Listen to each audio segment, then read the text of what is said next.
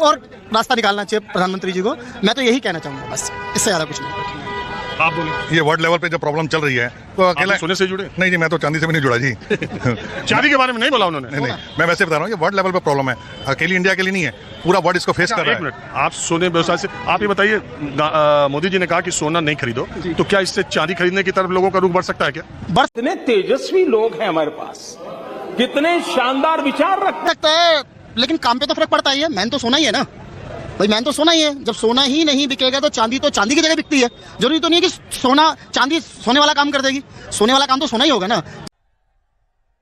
इस सज्जन को क्या तकलीफ है भाई, क्या तकलीफ है इनको? वो आप पूछेंगे तो पढ़ी लिखी लड़की ना होगी। नहीं यार, आप अपने मन का कहानी बना रहे हो क्या? गुजरात के गांव में घूमिए, अहमदाबाद, बड़ौदा, सूरत के ही शहरों में मत रहिए, उनमें भी गांव है, गांव में घूमिए। बल्कि यूपी का मजदूर है, अगर वहाँ गुजरात में, वो 2 टाइम भोजन करता है। गुजरात का मजदूर होगा, वो केवल 1 टाइम भोजन करता है। इतनी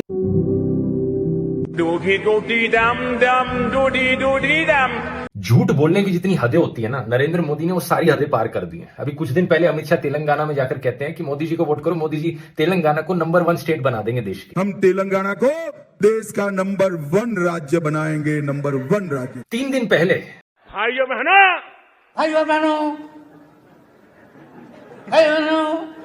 क्या बात है सर, क्या बात है सर, क्या बात, ये बात है। नरेंद्र मोदी ओडिशा में जाकर कहते हैं कि हमें वोट करो, हम ओडिशा को नंबर 1 स्टेट बना देंगे। ये मोदी की गारंटी है, उड़ीसा को हम नंबर 1 बना देंगे। इतना ही नहीं, इससे पहले कर्नाटका में जाकर कहा था कि हम कर्नाटका को नंबर 1 स्टेट बनाएंगे। कर्नाटका को पूरे देश का नंबर 1 राज्य बनाने का लिए। मोदी का वो मुसलमान मंगलसूत्र वाला भाषण याद है ना, कि देश की संपत्ति पर पहला अधिकार मुसलमानों का है। आज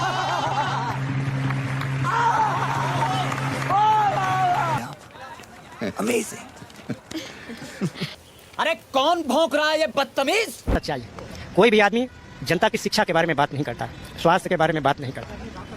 ये सच्चाई है, ये किसी एक राज्य की बात नहीं, हर राज्य की, हर जिले की। आपको कुछ कहना है?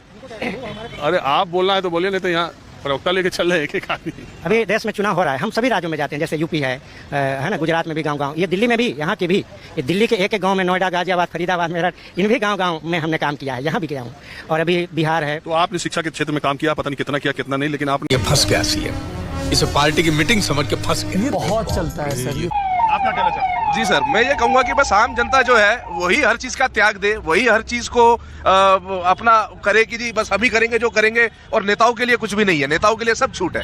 वो आते तो है कि जनता का सेवक बन के, लेकिन अपनी पॉलिसियों को ऐसे राज की तरह यूज करते हैं और अपनी चीजों को जो जनता के लिए। कौन है ये लोग, कहां से आते हैं? जो अभी सरकार का पक्ष है, ये सवाल इसका नहीं है कि बीजेपी की सरकार है या मोदी जी की सरकार है। सरकार मेरी हो, आपको, इनकी हो, किसी की हो। कुछ चीजें जो वैश्विक स्तर पर चलती हैं, जिस पर आपके देश का, मतलब हमारा बस नहीं चल सकता। हमको, हमारे पास कोई तेल के कुएं नहीं है, हमारे पास कोई सोने की खदानें नहीं है, हम इन चीजों को आयात करते हैं और फॉरेन रिजर्व, विदेशी मुद्रा के जरिए पेमेंट होता है। तो हम ये कह रहे हैं, कोई भी देश में सरकार हो, अगर ऐसे हालात होंगे तो उसे अपने लोगों को ये बताना तो पड़ेगा। आप चलो चुनाव में नहीं बताया 40 दिन, कोई बात नहीं, चुनाव खत्म होने के बाद तो आपको बताना पड़ेगा। सब क्या देखना पड़ रहा है, अच्छा है मैं अंधा हूँ। चुनावी रैली में कभी नहीं प्रधानमंत्री ने या सरकार के किसी नेता ने नहीं कहा कि देखो भाई वोट हो रहा है, सब कुछ ठीक है, लेकिन ये चुनावी रैलियों में तेल, हेलीकॉप्टर जरा कम करो, खर्चा कम करो, क्योंकि आने वाले दिन आर्थिक संकट के हैं। इस समय भी चल रहा है। चलो आपने पेट्रोल डीजल नहीं बढ़ाया, तेल नहीं बढ़ाया, लेकिन आप अपनी रैलियों में लोगों को ये सचेत तो करते चलते थे कि जो बात आपने चुनाव खत्म होने के बाद जो आपने बात कही, जीतते कैसे? सचेत करते तो जीतते कैसे सर?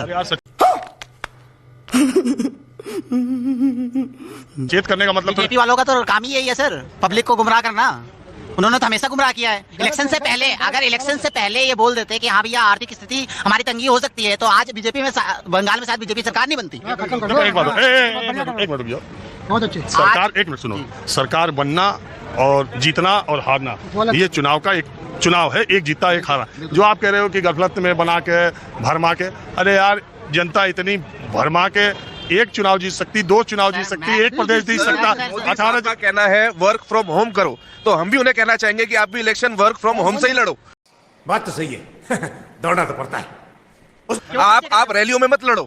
आप जो उनसे इलेक्शंस में इतना खर्चा करते हो गाड़ियों पर, अपने काफिलों पर और हेलीकॉप्टरों पर, और दिखाते हो कि एम्बुलेंस जा रही है हमारे साइडों से और ऐसी नौटंकियां करते हैं, तो हम उन्हें कहना चाहेंगे कि आप भी वर्क फ्रॉम होम करें। और रही बात ज्वेलरी और जेवर कम पहनने की, तो सभी बीजेपी के जितने भी समर्थक है वो सारा अपना सोना बेच दे और दान दे दे, और बीजेपी के जितना कोष जमा हुआ है 2014 से लेकर अब तक जितना पैसा पार्टी ने अपने फंड में रखा है वो दान कर दे, और फिर आर्थिक स्थिति जो है भारत की थोड़ी मजबूत हो सकती है और बचाव हो सकता है। तो ये हम मोदी जी को कहना चाहिए। अरे देश के नेता ही अपना पैसा सोना निकाल दे तो देखो ये सबसे पहले राहुल गांधी, अखिलेश यादव का काला धन जो रखा हुआ है, हमारे मोदी जी ने एक कहा सोना 1 साल के लिए मत लीजिए, पेट्रोल कम यूज करें। सोना क्या होता है? आप क्या करते हैं? मैं सोने चांदी काम करता हूँ। सोना अगर नहीं खरीदेंगे 1 साल तक हम, कोई दिक्कत नहीं आएगी।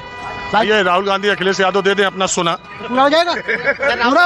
सरकार, मोदी सरकार मजबूत हो जाएगी, दे दे सोना चांदी। 12 साल से उन्हीं की सरकार है ना, किसकी है? 60 साल से राहुल गांधी रहा है। अरे 60 साल का कब तक बाजा बजाओगे? 12 साल से इनकी भी तो है। अरे किसके पास सोना पड़ा है जिसके ऊपर भ्रष्टाचार के आरोप लगाए? अब जो मैं नाम लेने लगूं, जिस पे भ्रष्टाचार के, वो सब तो एनडीए में आ गए, नहीं आए? पैसा विदेशों में विदेशों में पैसा रखा है ना। तो ये बात राहुल गांधी तो काला धन ला रहे थे, कहाँ नहीं लाए?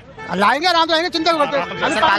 अच्छा आप बोल चुके, कुछ नए लोगों को भी मौका दिया जाए। सुनार तो पहले भी परेशान थे, पूरी तरह से बर्बाद है। बस ये कहना चाहूंगा, जिस हिसाब से कह रहे हैं मोदी जी प्रधानमंत्री कि क्या नाम है कि 1 साल सोना मत खरीदो, तो उसमें कारीगर की भी मार है, सुनारों की, ज्वेलर्सों की भी मार है। ऐसे कैसे चलेगा? कोई ये क्वेश्चन इसलिए यहाँ पे संकट आ रहा है, देखिए और आप नहीं वो बोल देगा। अरे सेठ जी तो आप लग रहे हो। नहीं, ये कह रहे हैं कि मोदी जी ने करवा दिया। क्या मोदी जी ने कर दिया? कुछ भी नहीं किया मोदी जी ने। आप कह रहे हो इलेक्शन के दौरान आज ईवीएम से खत्म कर दो ना, ईवीएम खत्म कर दो। क्यों नहीं करते ईवीएम? अरे वो टीवी का जीता विजय, तमिलनाडु में ईवीएम नहीं सही। ईवीएम हटनी चाहिए, बिल्कुल हटनी चाहिए ईवीएम तो। अरे ईवीएम पे कहाँ गए सोना पे रहो। अगर वो विश्व गुरु है तो कोई बात नहीं, बैलेट पेपर से करवा लेना इलेक्शन, फिर देखते कितनी। अरे सोना पे आओ यार, अब इलेक्शन हो जाएगा, अपने आप कम हो जाएगा।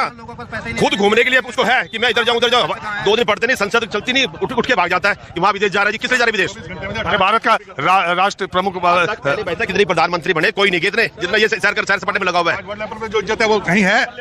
आप क्या बात कर, जहाँ से भी कोई वीजा नहीं मिल रहा, आप कहीं भी जाओ, कोई भी बाहर से इंटरव्यू आता है तो ये बोलते हैं कि आज हमारी वर्ल्ड में इंडियन की इज्जत है।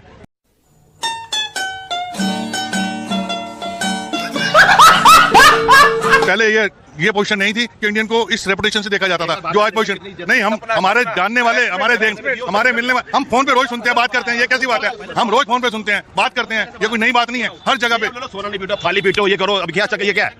सरकार सब जगह झूठ बोल रही है। इकोनॉमिक कंडीशन लोगों की खराब है और लोगों की जो सेविंग्स थी वो खत्म हो गई है। सोना क्या खरीदेगा आदमी? कंडीशंस बहुत ज्यादा खराब है। सरकार पब्लिक को गुमराह करने के लिए झूठ बोल रही है, हर कदम पे। हर बार नौकरी भाई साहब, मैं एक छोटे व्यवसायी हूँ। देखिए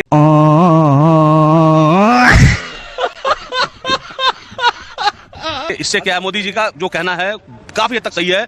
ये कहीं पर निगाह है, कहीं पर निशाना है।